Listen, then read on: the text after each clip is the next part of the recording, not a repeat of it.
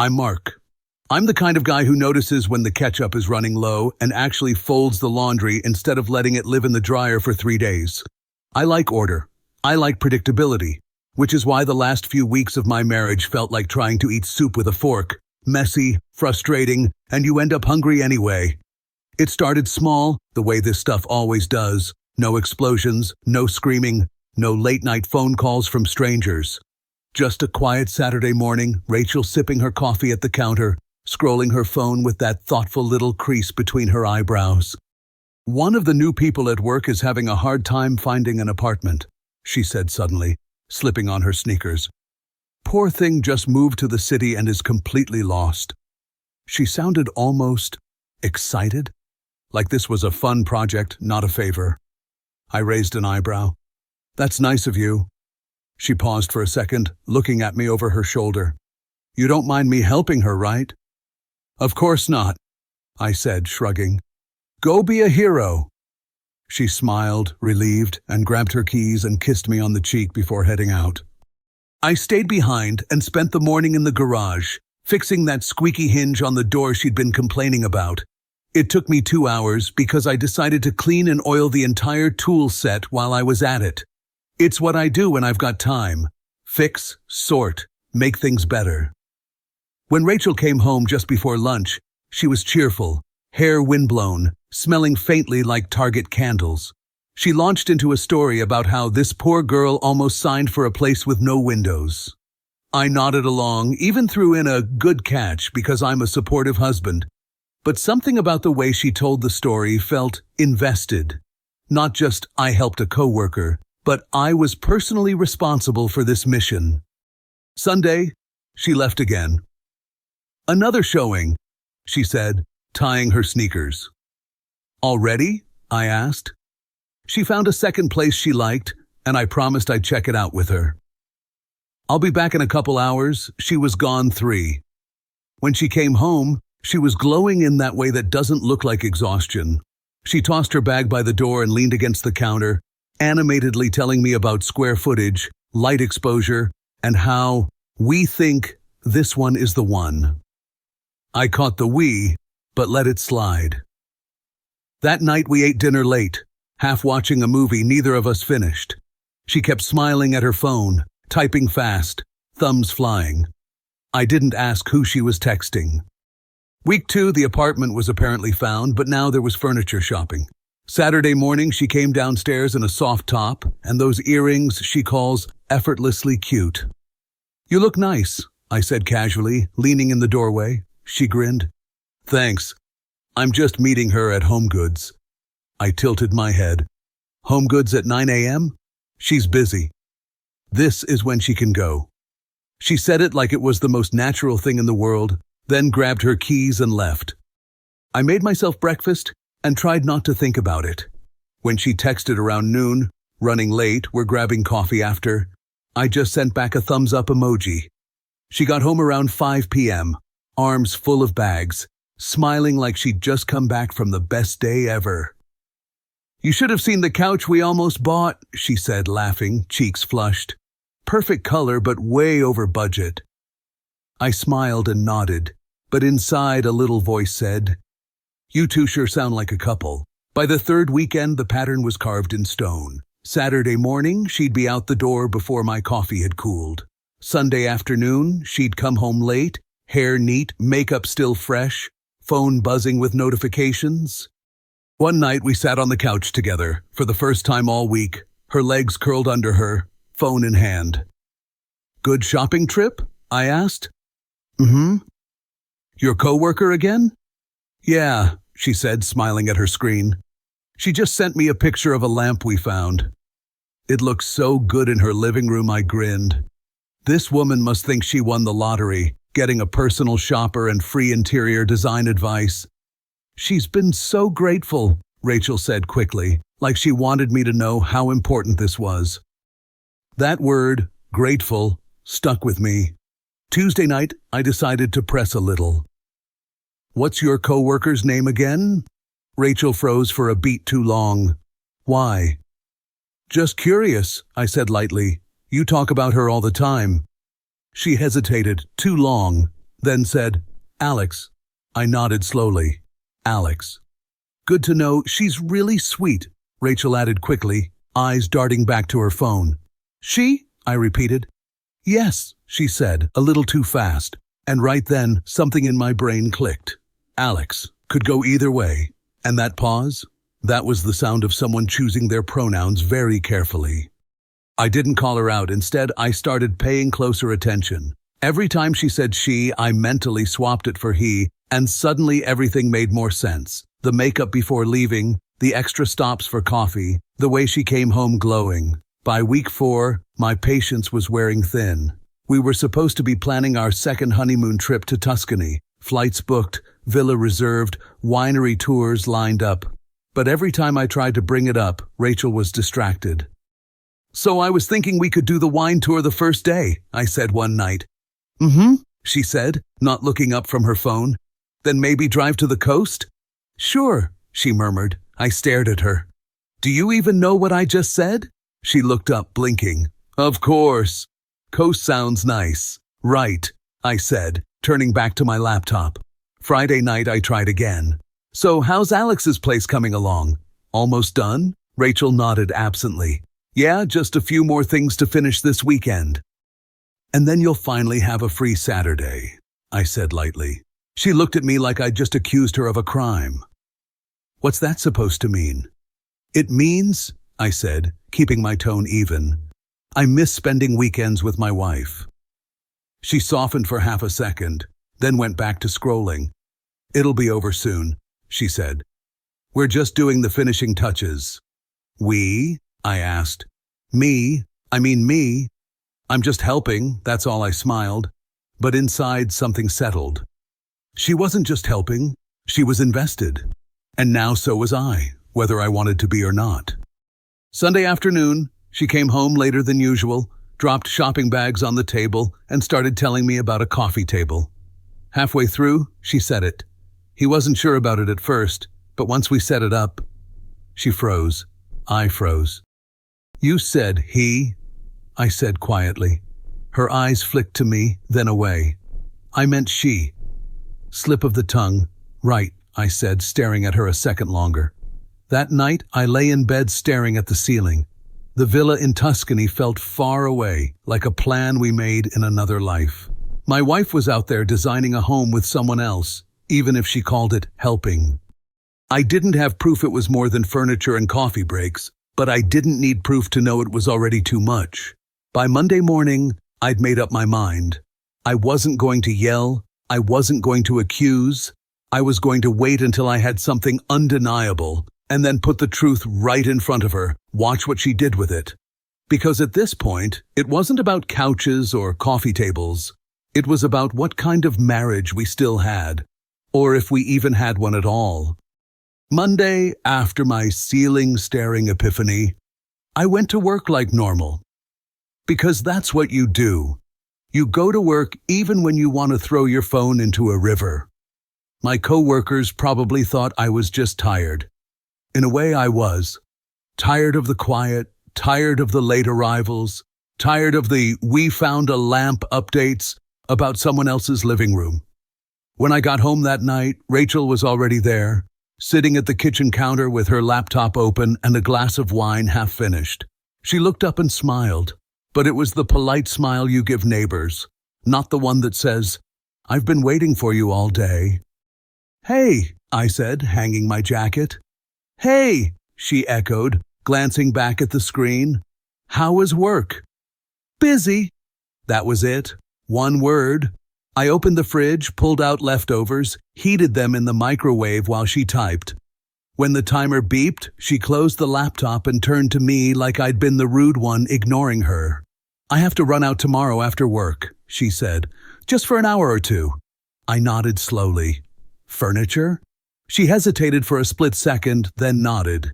"Yeah, Alex found a dining table but needs a second opinion." "Good thing you're a professional opinion giver," I said, trying to keep my voice light. She didn't laugh. The next evening she left right after dinner. "Shouldn't be long," she said, leaning in to kiss me quickly before grabbing her bag. I sat down at the table with my laptop, opened a spreadsheet, then closed it again. I couldn't focus. Instead, I cleaned the counters, watered the plants, reorganized the junk drawer. By the time she came back 2 hours later, I was sitting on the couch pretending to watch a game. "How'd it go?" I asked.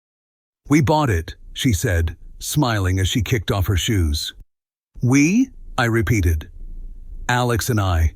The table. It looks great. You bought furniture together now? Should I be jealous?" She rolled her eyes. "Don't be dramatic." I laughed, but it wasn't the warm kind. Wednesday night, she was on her phone again, curled up in the corner of the couch, smiling that smile. I was flipping through channels, not watching any of them. "You talk to Alex a lot," I said casually. She looked up, caught off guard. "What?" "Just noticing," I said, nodding at her phone. "We're just finalizing a few things," she said quickly, putting the phone face down on the cushion. I didn't say anything. The silence stretched until she got up and went to take a shower. By Thursday, the air in the house felt heavier. When I got home, she was on the phone in the kitchen, laughing softly. When she saw me, her face changed. "Okay, I'll text you," she said quickly, ending the call. "Alex?" I asked. She nodded. "You two must be building a palace at this point." "It's just furniture," she said, defensive now. "Right," I said, opening the fridge for a beer. "Just furniture that takes a month to pick out and 1,000 texts to coordinate." She didn't respond. Friday night we had plans with friends. First time in weeks we'd gone out together. At the restaurant, Rachel was on her phone under the table, smiling to herself. Our friend Jenna noticed and asked, "What's so funny?" Rachel hesitated, then said, "Just a coworker. Inside joke." I watched her face. That wasn't an inside joke smile. That was a spark smile. On the drive home, I said, "So, Alex texted you at dinner?" "Yeah. He was sending me a picture of the shelves we put up earlier. They turned out great." I gripped the steering wheel a little tighter. "He," I repeated. She froze for a second, then exhaled. "Okay, yes, Alex is a guy." "Does it matter?" "I think it does," I said calmly. "He's just a coworker. He just moved here. He needed help. And you were his volunteer real estate agent, personal shopper, and part-time decorator." Rachel crossed her arms, staring out the window. "You're making this sound worse than it is." "I'm making it sound exactly like what it is," I said. We didn't talk the rest of the ride. Saturday morning, she got up early again. "We just have to finish the bedroom. After that, it's done." "You sure?" I asked, not hiding the edge in my voice. "Yes, I'm sure. You don't have to look at me like that." "Like what?" "Like you think I'm cheating on you," she snapped. "I didn't say that," I said, pouring coffee. "But you've spent more weekends with Alex than with me this month." "That's not nothing," she grabbed her keys. "I'll be back in a few hours." I watched her leave, the front door clicking shut like a period at the end of a sentence I didn't write. Around 2, she texted, "We're running late. Don't wait up for lunch." I put the phone face down, turned on music, cleaned the garage. By the time she came home, I was showered, changed, and sitting at the table with a beer. Rachel came in, humming, clearly in a good mood. Rachel was in a good mood, unpacking a few bags and telling me how they'd finally finished setting up the bedroom. I sat at the table, drinking my beer, nodding at the right moments, until she said a little too much. When we were together, she froze like the words had escaped before she could catch them. I looked up slowly. "Together?" Her smile faded. She stood there for a beat, then sighed. "Fine. Alex isn't just some guy from work. We dated. Years ago, I set the bottle down carefully, like putting a pin back in a grenade. So let me get this straight. For the past month, you've been spending every weekend with your ex, helping him move in, buying furniture, setting up his bedroom, and you didn't think that was relevant?" Rachel bit her lip. "I didn't want to make it weird. I just wanted to help him settle in and get it over with." I laughed once, short and humorless. "Oh, it's weird, Rachel. Trust me, it's already weird." She hesitated, biting her lip. Used to date. Back before you and I met. I set my phone down slowly. And you didn't think that was worth mentioning when you started spending half your free time at his apartment? It didn't seem relevant, she said quickly. It's been years, Mark. I didn't want to make it weird. You didn't want to make it weird, I repeated, almost laughing. You're furnishing your ex's bedroom, and somehow I'm the one making it weird. That's not fair, she said, crossing her arms. No, I said, standing up, my voice still calm. You're right. It's not fair, but it's true. It's not like that, she said quickly. He just moved here. He doesn't know anyone. I was just helping him. Helping him build what? A life? A bedroom? A second chance? Stop twisting it, she said, defensive now. I stood up, rinsed my beer bottle in the sink. I'm not twisting anything. You twisted it when you lied about who he was. Rachel flinched. I didn't want you to get the wrong idea. I turned and looked at her. The wrong idea would have been thinking this was innocent. Turns out I had the right one all along. She didn't answer. That night, we barely spoke. She scrolled on her phone. I sat on the couch and pretended to watch TV, but really I was watching her reflection in the black screen between commercials. Sunday was quiet. She made breakfast. I washed dishes, neither of us filling the silence. In the afternoon, she came over to where I was sitting and said, He's almost done moving in. There's just a little left to do next weekend. After that, no more. I nodded slowly. Good. I'm sure Tuscany will be much more fun once you've finished nesting with your ex. That's not fair, she said sharply. Neither is spending every weekend with someone else, I replied. Her jaw tightened. I can't believe you're being this way. Then maybe you don't know me as well as you think, I said, standing up. We didn't talk the rest of the night. Lying in bed, staring at the ceiling again, I realized I wasn't angry in the loud shouting way. I was angry in the quiet, calculated way, the kind that builds plans, the kind that doesn't explode but waits. Monday morning, I decided I wasn't going to guess anymore. I was going to let Rachel show me exactly who she was, and then I was going to decide what to do about it. Because now it wasn't just about Alex being a guy, it was about what she was willing to risk to keep him in her life, and whether she still wanted me in it. The house was too quiet the next few days, not the peaceful kind of quiet, the kind that makes you notice how loud the fridge hums. Rachel moved around carefully, like a cat in a room full of glass. I went through the motions, work, gym, dinner, but something in me had shifted. Thursday night we sat down to eat. I'd made chicken, mostly because it was what we had. We ate in silence for a while. Halfway through, Rachel put her fork down and said, He's almost done moving in. Just a few finishing touches left this weekend? I kept chewing. She waited, then added, He asked if I could come by Saturday night. Help him get everything set up so it's done. Just one night. After that, no more. I set my fork down slowly. You're seriously asking me to sit here while you spend a night at your ex's apartment? Rachel frowned. It's not like that, Mark. It's just furniture. No, Rachel, I said, keeping my voice calm. It stopped being about furniture 3 weeks ago. She sighed, pushing her plate away.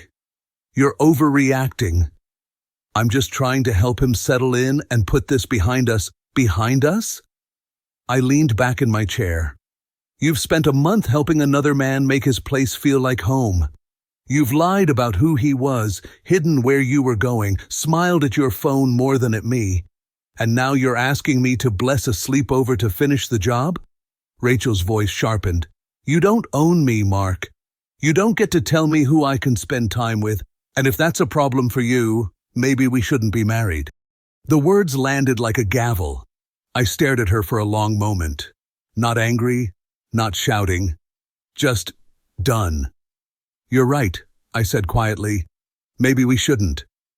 For a second she just sat there blinking, like the words hadn't made sense yet. That's it? She asked finally. That's it, I said, standing up. I took my plate to the sink, rinsed it, set it in the dishwasher. I'm not going to fight you over this. You've made your choice. Rachel pushed back her chair. You're acting like I cheated on you. You didn't have to sleep with him to betray me, I said without turning around. You just had to keep choosing him over me. And you have. Every weekend, every late night, every text. I'm just finally believing you. She crossed her arms, defensive now. You're really throwing away 6 years over this? No, I said, turning to face her. You threw it away. I'm just taking out the trash. Her face went pale. She opened her mouth, closed it again. I'll be sleeping in the guest room, she said after a long pause. Sleep wherever you want, I said. Doesn't make a difference now. I went upstairs, closed the bedroom door, and for the first time in weeks, slept without staring at the ceiling. The morning began calmly. Rachel left for work early. I made coffee, sat at the table, and stared at the Tuscany itinerary. I'd spent months planning that trip. The villa, the wine tastings, the coast drive she'd begged for. I picked up the folder, looked at it for a long minute, then set it aside. There was nothing left to fix. That afternoon, during lunch, I called the travel agency. I need to cancel a trip to Tuscany, I said. The woman on the line sounded disappointed for me. I told her to cancel everything, the villa, the tours, the rental car. When I hung up, I felt something settle in my chest. Not anger, not sadness, just clarity. That night, Rachel came home and found me packing boxes in the living room. What are you doing? She asked, staring at the half-filled boxes. Getting started, I said simply. Started on what? On ending this, I said. She stood frozen in the doorway. You're serious? Yes. You're really going to throw away our marriage? I taped a box shut. You were the one who said maybe we shouldn't be married. I'm just taking your advice. She stepped closer, voice shaking. Can we at least talk about this? We did, I said calmly. At dinner. You gave me your terms. I gave you my answer. Rachel's eyes were wet now. Mark, please. I stood up and faced her. Please what? Pretend this never happened? Go back to smiling at your phone while I sit here wondering what else you're not telling me? Number, I'm done wondering. She didn't say anything. She just stood there breathing hard, then turned and went upstairs without another word. I went back to packing. I kept packing after she went upstairs. I could hear her moving around, drawers opening, footsteps back and forth, but she didn't come down.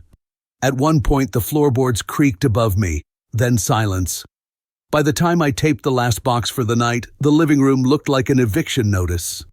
I poured myself a drink, sat on the couch, and stared at the neat stack of boxes lined up against the wall. At some point, I heard the guest room door close upstairs. Good. Let her sleep on a different mattress tonight. Maybe that would give her a taste of what life apart feels like. I didn't go up to say goodnight. Morning came with an odd clarity. The house was quiet when I came downstairs. Rachel's shoes were gone from the hallway, her car from the driveway. She'd left early for work, maybe to avoid me. I made coffee, drank it slow, then started again. More drawers, more boxes. I moved through the house like a man checking tasks off a list.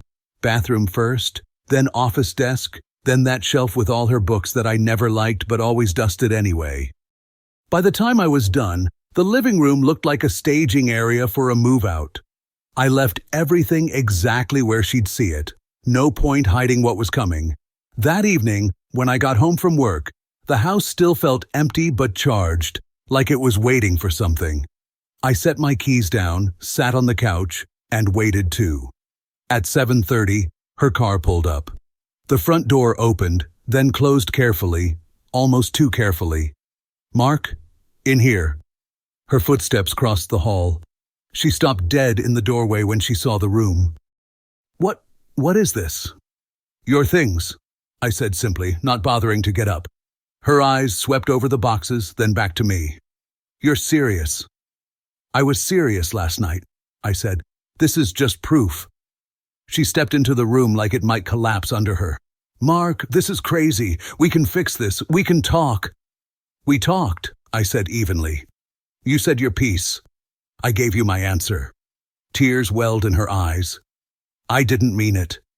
You meant it enough to say it. She crossed her arms, voice rising. You're just going to throw 6 years away? No, I said, standing now. I'm just refusing to spend the next 6 years being the understudy in my own marriage. She froze, blinking hard. Then, quietly, where am I supposed to go? That's up to you, I said.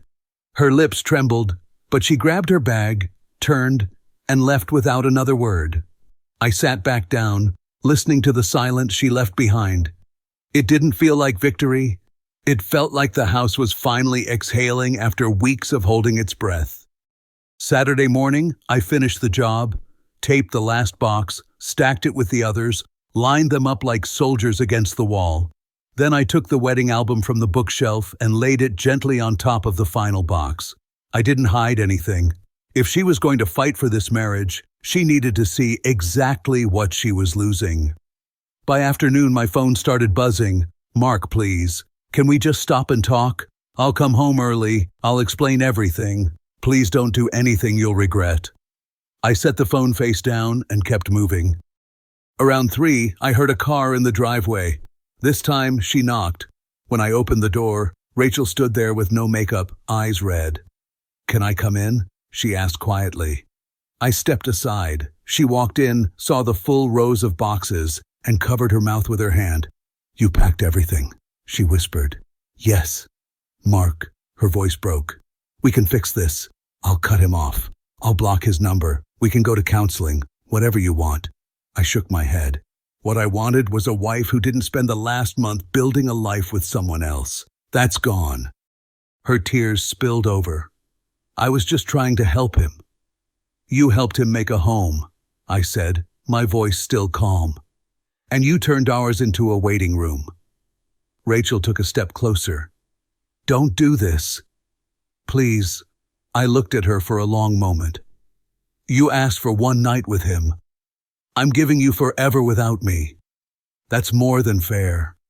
She sobbed once, covered her mouth, then turned and walked out slowly. No slammed doors this time. When the silence settled again, it felt different. Not empty, clean. Monday morning came with an odd kind of lightness. The house was still quiet, but it wasn't heavy anymore. It was like someone had opened a window and let all the stale air out. Rachel hadn't come home the night before. No note, no text, just absence. I poured myself coffee, sat at the table, and opened my laptop. My finger hovered over the keyboard for a second, but there was no hesitation. I typed, "Divorce attorney near me." By noon, I had an appointment. By the end of lunch break, I had filled out the preliminary paperwork. It was shockingly simple. A few forms, a few signatures, a few boxes checked. 6 years of marriage condensed into a PDF attachment. When I clicked send, I felt calm, not triumphant, not angry, just done. That evening, Rachel showed up. This time, she rang the doorbell. I opened the door but didn't step aside. Can we talk? She asked. We've been talking for a month, I said, and nothing changed. Her eyes darted to the boxes behind me. I told him I can't see him anymore. I blocked his number. I told HR, I don't want to be scheduled on the same projects. I'm trying, Mark. I nodded. Good. But that's between you and your conscience now. Her brow furrowed. What does that mean? It means, I said evenly, that I filed for divorce this morning. She blinked like she'd been slapped. You what? I filed, I repeated. It's done. No, she shook her head. You can't just... This isn't how you end a marriage. You ended it, I said quietly. I just signed the paperwork. Her hands curled into fists. I said I was sorry. And I said I believed you, I replied. I believe you're sorry. I also believe you knew exactly what you were doing every weekend you spent with him instead of me. Tears filled her eyes. So that's it? 6 years and you just throw me out? You threw yourself out when you chose him? I said. She took a shaky breath. You can't seriously believe I don't love you. I believe you loved me enough to want me waiting at home while you played project manager for your ex. I stepped aside and pointed at the boxes. There's your life. Take it. Rachel didn't move. She just stood there, tears streaming, until finally she whispered, You're really doing this? Yes, I said simply. She picked up one box, then another. You're going to regret this. No, I said. I regret waiting this long. Her jaw trembled. She put the boxes down, grabbed her keys, and left. This time, there was no door slam, no shouting, just the sound of her car starting, then fading down the street. 3 weeks later, the house was almost empty of her things. The papers were signed, waiting for the court date. I'd switched the utilities to my name, changed the locks, even rearranged the furniture. The house didn't feel like our house anymore. It felt like my house. One evening, I got a text from Rachel. I still love you? I wish we could fix this. I stared at the screen for a long time, then typed back, You asked for one night. I gave you forever. We're even. Then I put the phone down and went back to what I was doing. Cooking dinner for one, music playing low in the background. And for the first time in a long time, I caught myself smiling. Not because I won, not because I hurt her back, but because I finally felt like myself again. The divorce was finalized a month later. Simple, clean, uncontested. Rachel didn't fight, maybe because she knew she couldn't.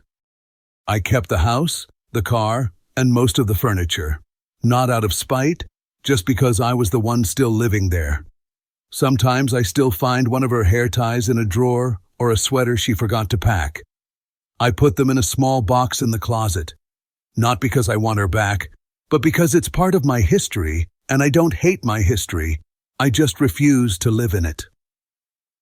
A few weeks after the court date, I took the trip to Tuscany anyway, alone.